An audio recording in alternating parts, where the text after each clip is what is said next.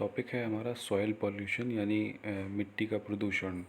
तो ये टॉपिक एक जनरल टॉपिक है और बेसिकली जहाँ भी एनवायरनमेंट एजुकेशन के पेपर्स होंगे तो वहाँ पर ये टॉपिक्स पॉल्यूशन वाले टॉपिक में है, जो कि ये तो एक बेसिकली सब टॉपिक है सॉइल पॉल्यूशन। जैसा कि आप जानते हैं कि पॉल्यूशन बहुत तरह का होता है। तो सॉइल पोल्यूशन यानी मृदा प्रदूषण क्या है, तो इसके कंटेंट में हम लोग देखेंगे कि मृदा प्रदूषण है क्या, ये समझेंगे। मृदा प्रदूषण का अर्थ क्या है ये जानेंगे। मृदा प्रदूषण का मार्मिक चित्रण जो है वो करेंगे। मृदा अपरदन क्या होता है वो जानेंगे। मृदा अपरदन की प्रक्रिया के चरण कौन से होते हैं वो जानेंगे। मृदा प्रदूषकों के उदाहरण कौन से हैं वो देखेंगे। मृदा प्रदूषण के कारण कौन से हैं वो देखेंगे। मृदा प्रदूषण के विभिन्न परिदृश्य कौन से हैं वो जानेंगे। मृदा प्रदूषण का स्वास्थ्य पर क्या प्रभाव पड़ता है वो देखेंगे। मृदा प्रदूषण के स्रोत क्या है वो जानेंगे। मृदा प्रदूषण को दूर करने के उपाय क्या क्या होते हैं वो जानेंगे। निष्कर्ष और उसके बाद संदर्भ ग्रंथ सूची। तो ये सॉइल पॉल्यूशन यानी मृदा प्रदूषण के बारे में आपकी जो बातें हैं वो हम लोग देख रहे हैं। तो सबसे पहले ही हम लोग आ जाते हैं कि जो मृदा प्रदूषण है वो है क्या। तो जैसा कि नाम से ही दिख रहा है, मृदा यानी मिट्टी में कोई पॉल्यूशन हो या प्रदूषण हो। बेसिकली प्रदूषण का मतलब यही कि मिट्टी की जो जहाँ पे नेचुरल लाइफ थी उसको हम लोग हार्म पहुँचाएं किसी भी तरीके से। तो वही है कि भूमि के भौतिक, रासायनिक या जैविक गुणों में ऐसा कोई अवांछनीय परिवर्तन जिसका प्रभाव मनुष्य एवं अन्य जीवों पर पड़े और जिससे भूमि की प्राकृतिक गुणवत्ता द्वारा उपयोगिता नष्ट हो, मृदा प्रदूषण कहलाता है। मृदा प्रदूषण एक ऐसा कारक है जो मिट्टी की गुणवत्ता, संरचना, खनिज मात्रा को कम करता है। मृदा प्रदूषण एक पर्यावरणीय मुद्दा है जो जीवन के हर पहलू से संबंधित है। तो मृदा में ही हम लोग रहते हैं, तो मतलब ये एक बहुत ही गंभीर मुद्दा है देखा जाए तो मृदा प्रदूषण का मतलब क्या है, मतलब अगर एक लाइन में समझ लिया जाए तो क्या है। तो देखो, मृदा प्रदूषण यानी मिट्टी का प्रदूषण है। अगर मिट्टी में जहरीले रसायन या दूषित पदार्थ उच्च सांद्रता में पाए जाएं तो मानव स्वास्थ्य और उसका जो पारिस्थितिकी तंत्र होता है दोनों के लिए खतरा हो जाता है। उसी को हम लोग मृदा प्रदूषण बोल देते हैं। तो इस तस्वीर में आप देखेंगे कि जो मृदा प्रदूषण का चित्र है वो इस तरह का है।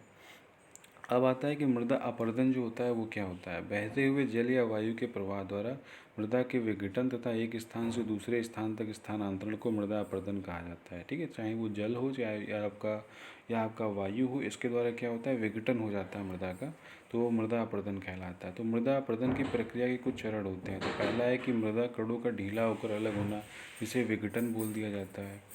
और और उसके बाद है कि मृदा कणों का विभिन्न साधनों द्वारा अभिगमन, जिसे विस्थापन बोल देते हैं। फिर उसके बाद है मृदा कणों का जो जमाव, उसे निक्षेपण बोल देते हैं। देश के कुल भौगोलिक क्षेत्रफल का लगभग 57% भाग मृदा ह्रास के विभिन्न प्रकारों से प्रभावित है, जिसका 45% भाग जल अपरदन से तथा शेष 12% भाग जो है वो वायु अपरदन से प्रभावित है। अब आता है कि मृदा प्रदूषक जो होते हैं उनके उदाहरण कौन कौन से होते हैं। तो पहला आता है कीटनाशक, पेट्रोलियम उत्पाद, रेडान, अभ्रक, सीसा, क्रोमेटेड पेपर और मानवीय गतिविधियाँ। फिर आता है कि मृदा प्रदूषण के कारण क्या है, मतलब ऐसे कौन कौन से कारण हैं जिससे मिट्टी में प्रदूषण होता है। तो पहला है भूतल खनन, वनों की कटाई, लवणता, घरेलू तथा औद्योगिक अपशिष्ट, मरुस्थलीकरण, पशु अपशिष्ट, रसायन युक्त जहरीला पानी और कीटनाशक। तो ये कुछ हमारे कारण हैं जो हमें दिखाई पड़ते हैं।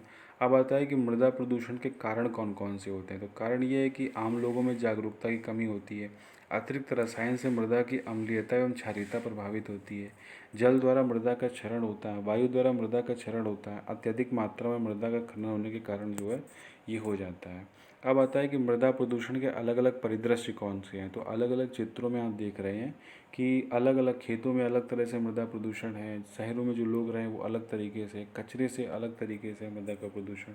फिर आता है कि मृदा प्रदूषण का स्वास्थ्य पर क्या प्रभाव पड़ता है। ये भी एक इम्पॉर्टेंट पॉइंट है कि कृषि भूमि पर प्रयुक्त होने वाले कीटनाशक के कारण कैंसर जैसी बीमारी हो सकती है। सीसा धातु की अगर मात्रा बढ़ जाएगी तो तंत्रिका संबंधी समस्या हो जाएगी। मिट्टी में अगर पारा धातु की मात्रा बढ़ जाएगी तो ऊतक क्षति एवं त्वचा में जलन हो जाएगी।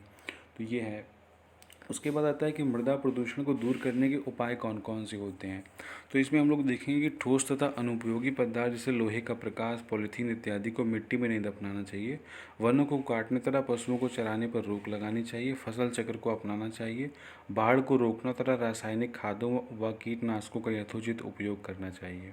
तो ये भी एक इम्पॉर्टेंट काम है जो हमें करना ही चाहिए। अब आता है कि मृदा प्रदूषण को दूर करने के उपाय कौन कौन से होते हैं।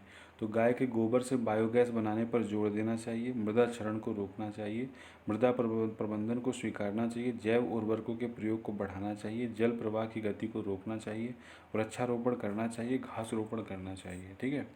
फिर ये 4 आर फैक्टर्स हैं, जिसमें पहला आर है रिफ्यूज़, फिर रिड्यूस, फिर रीयूज़, फिर रिसाइकिल। ये 4 आर बेसिकली क्या होते हैं, आपका पूरा ये बताते हैं कि कैसे हम मृदा प्रदूषण को मतलब कम कर सकते हैं अपने एफर्ट्स से। ठीक है। उसके बाद है मृदा प्रदूषण के स्रोत क्या क्या होते हैं। तो मृदा प्रदूषण से मिट्टी की उर्वरा शक्ति तो प्रभावित होती है। कुछ प्राकृतिक स्रोत होते हैं, अपरदन है, ज्वालामुखी प्रक्रिया है, समुद्री तूफान है, पर्वतीय क्षेत्रों में प्रवाहित जल है, या बाढ़ है। मानवीय स्रोतों में आता है कि औद्योगिक अपशिष्ट है, घरेलू अपशिष्ट है, खनन अपशिष्ट है, कृषि अपशिष्ट है, वन विनाश है, इस तरह की चीज़ें हैं। फिर है कि मृदा को प्रदूषित होने से बचाएं, मातृभूमि को उपजाऊ बनाएं। तो मतलब क्या है, भारत सरकार की भी बहुत सारी योजनाएं हैं जो इसमें चलती हैं, जो पर्यावरण के संरक्षण और मिट्टी के संरक्षण से संबंधित होती हैं। तो पर्यावरण की उत्पादकता हो, ये इसका चित्र है। फिर निष्कर्ष रूप में हम देखें कि मृदा प्रदूषण जैसे मुद्दों पर सभी की भागीदारी की आवश्यकता होती है। जब हम अपनी व्यक्तिगत जिम्मेदारी को पहचानेंगे तभी चीज़ें सुधरेंगी। ठीक है। जागरूकता पहल के माध्यम से लोगों को मृदा प्रदूषण के बारे में सूचित किया जा सकता है। लोग अनजाने में भी मदद करेंगे अगर वे जागरूक होंगे। ठीक है। इसीलिए कहा जाता है कि अच्छा भूमि अच्छा अन्न अच्छा मन। ठीक है। तो ये बात जो है वो मृदा प्रदूषण के बारे में कही गई है। और ये हम लोग देख लेते हैं कि संदर्भ ग्रंथ हमारी सूची है। और बहुत बहुत धन्यवाद आपका ये इस जर्नी में पार्ट लेने के लिए। ओके।